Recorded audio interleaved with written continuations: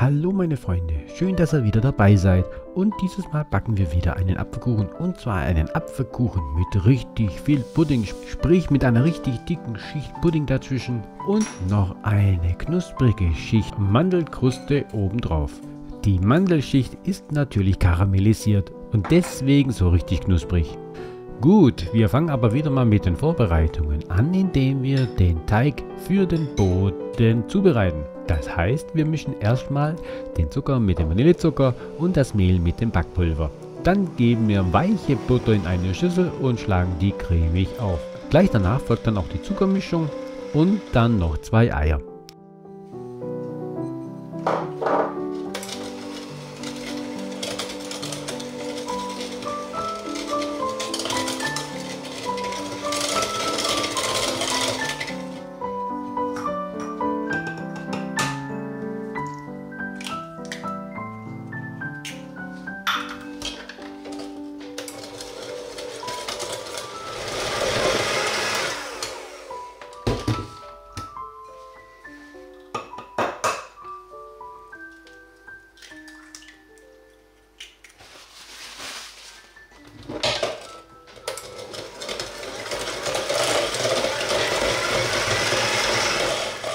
So, wir haben das Ganze richtig gut und lange durchgemixt und dann geben wir jetzt das Mehl hinzu.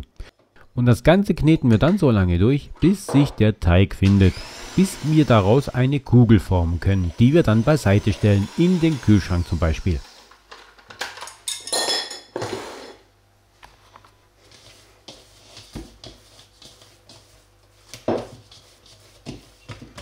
Die Zeit, die wir dadurch haben, können wir zum Beispiel nutzen, indem wir eine Zitrone auspressen, die wir nachher später brauchen. Auch können wir die Arbeitsbecher schon mal bemehlen, weil hier rollen wir jetzt dann den Teig aus für den Boden.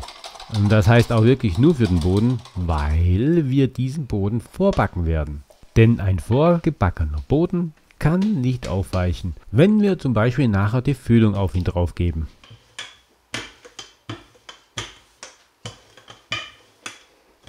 Natürlich haben wir 1/3 vom Teig circa übrig gelassen, denn mit diesem bilden wir nachher den Rand nach dem Backen, wenn die Backform sich ausgekühlt hat.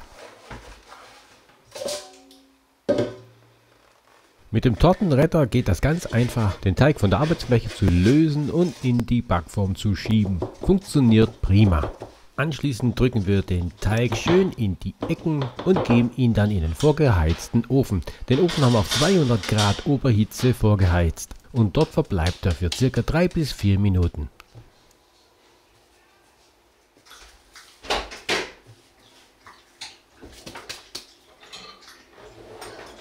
Wie schon gesagt, wenn wir jetzt die Backform aus dem Ofen herausgenommen haben, lassen wir sie zum Abkühlen stehen. Währenddessen können wir den Rand schon mal vorbereiten, indem wir die Teigwürstel, die wir vorgerollt haben, mit dem Nudelholz platt drücken.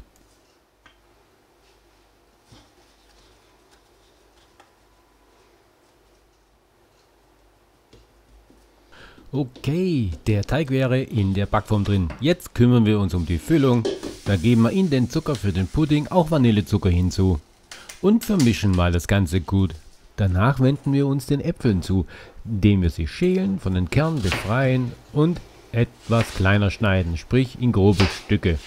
Die grobe Stücke beträufeln wir dann mit dem Zitronensaft und mit dem Zucker, so dass sie nicht braun werden.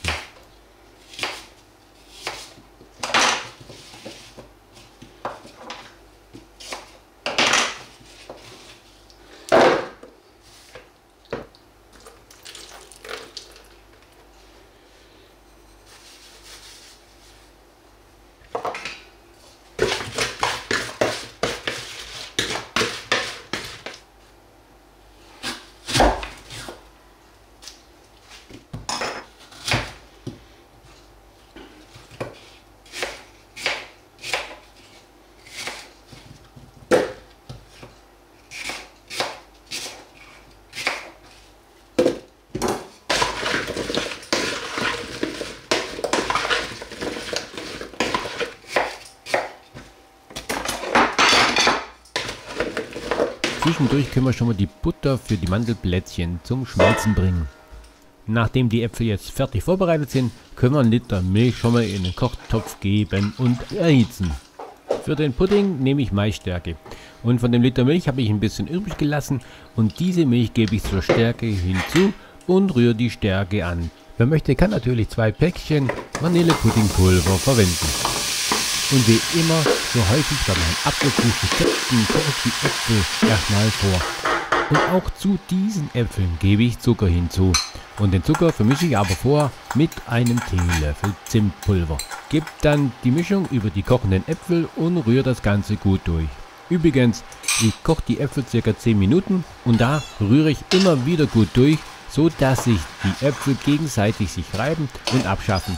So entsteht dann eine glibbrige Masse, die wir nachher mit Stärke binden. Zwischendurch gebe ich natürlich auch noch etwas Flüssigkeit hinzu. Da kann man zum Beispiel Apfelsaft nehmen oder Weißwein. Ja, aber wir wollen ja auch noch Pudding machen, deswegen geben wir Zucker zu der erhitzenden Milch hinzu, damit sich der Zucker dort auflöst. Und wie schon gesagt, die Äpfel immer wieder durchrühren. Ach ja, den dritten Topf dürfen wir auch nicht vergessen. Dort haben wir ja die Butter für die Mandelblättchen schon zum Schmelzen gebracht. Und wenn die Milch kocht, den Moment dürfen wir natürlich nicht verpassen, sonst kocht die Milch über. Und da geben wir die angerührte Stärke jetzt hinein und rühren kräftig durch. Und wie schon gesagt, auch bei den Äpfeln geben wir Stärke hinzu. Und die Stärke rühren wir mit 100 Milliliter Wasser an. Etwas mehr, damit die Flüssigkeit noch den Äpfeln zugute kommt. Dann träufeln wir diese angerührte Stärke zu den Äpfeln hinzu, damit wir Schritt für Schritt abschätzen können, wie die Konsistenz wird.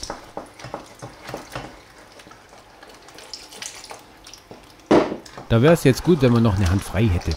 Und wenn das Ganze etwas zu fest wurde, geben wir wieder etwas Flüssigkeit noch hinzu. Da kann man natürlich wieder Apfelsaft, Weißwein oder auch Wasser nehmen. Somit werden jetzt die Äpfel auch fertig. Und jetzt kümmern wir wieder uns um die Butter für die Mandelblättchen, indem wir die Mandelblättchen 200 Gramm in die Butter hineingeben und etwas später auch Zucker.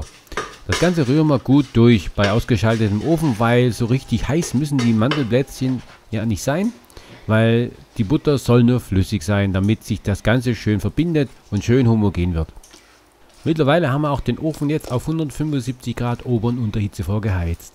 Weil jetzt geht es ans Eingemachte, jetzt geben wir den Pudding in die Backform hinein und der Pudding ist nach wie vor heiß.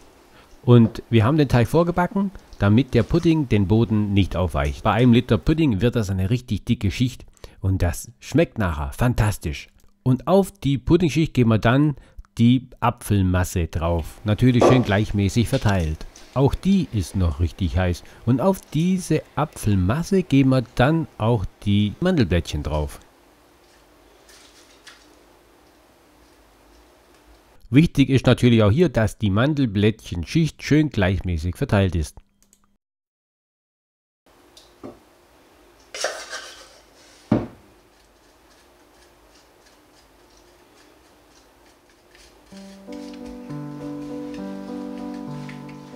Und dann kommt das Ganze in den Ofen für 55 Minuten bei 175 Grad Ober- und Unterhitze. Wie schon gesagt, den haben wir ja schon vorgeheizt.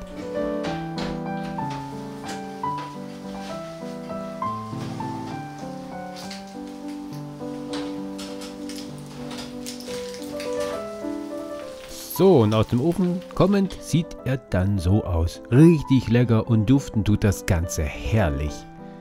Nach meinen Erfahrungen muss die Füllung abkühlen, das ist ganz wichtig. Also wir geben jetzt diesen Kuchen, so wie er ist, über Nacht in den Kühlschrank. Natürlich haben wir ihn vorher auch noch abkühlen lassen, bevor wir ihn in den Kühlschrank geben. Sonst haben wir nachher eine riesen Stromrechnung, gell? Und es ist natürlich immer wieder spannend, ob so ein Kuchen auch gelungen ist.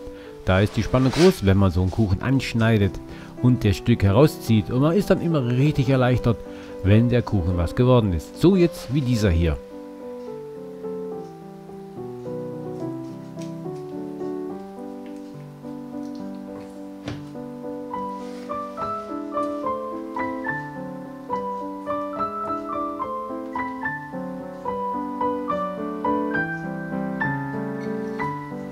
Man sieht schön die Schicht Pudding unten, die große Schicht Pudding, dann die Apfelschicht und oben die knusprige Schicht Mandelblättchen. Für mich der perfekte Apfelkuchen. Also, wir sind am Ende angekommen. Ich würde mich freuen, wenn ihr diesen Kuchen nachbacken würdet.